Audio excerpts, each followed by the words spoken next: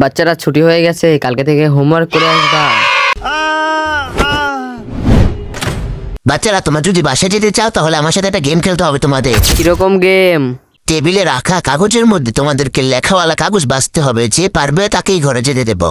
ঠিক আছে, চলো একটা কাগজ তুলো। তোমাকে নাড়ু হতে হবে। এই নাও মেশিন। টাকলা চলে এসেছে, হে টাকলা। না, আমি টাকলা হব না। তাহলে মর। চল মাসুম, এখন তুই আয়। তোমাকে এক নিঃশ্বাসে বেলুন ফোলাতে হবে।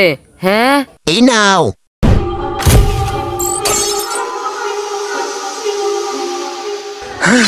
কোয়ালিফাই হয়ে গেছিস। হে আল্লাহ, এ তো দুজনকেই মেরে ফেললো। চল এবার তোর পালা। ঠিক আছে, আসছি।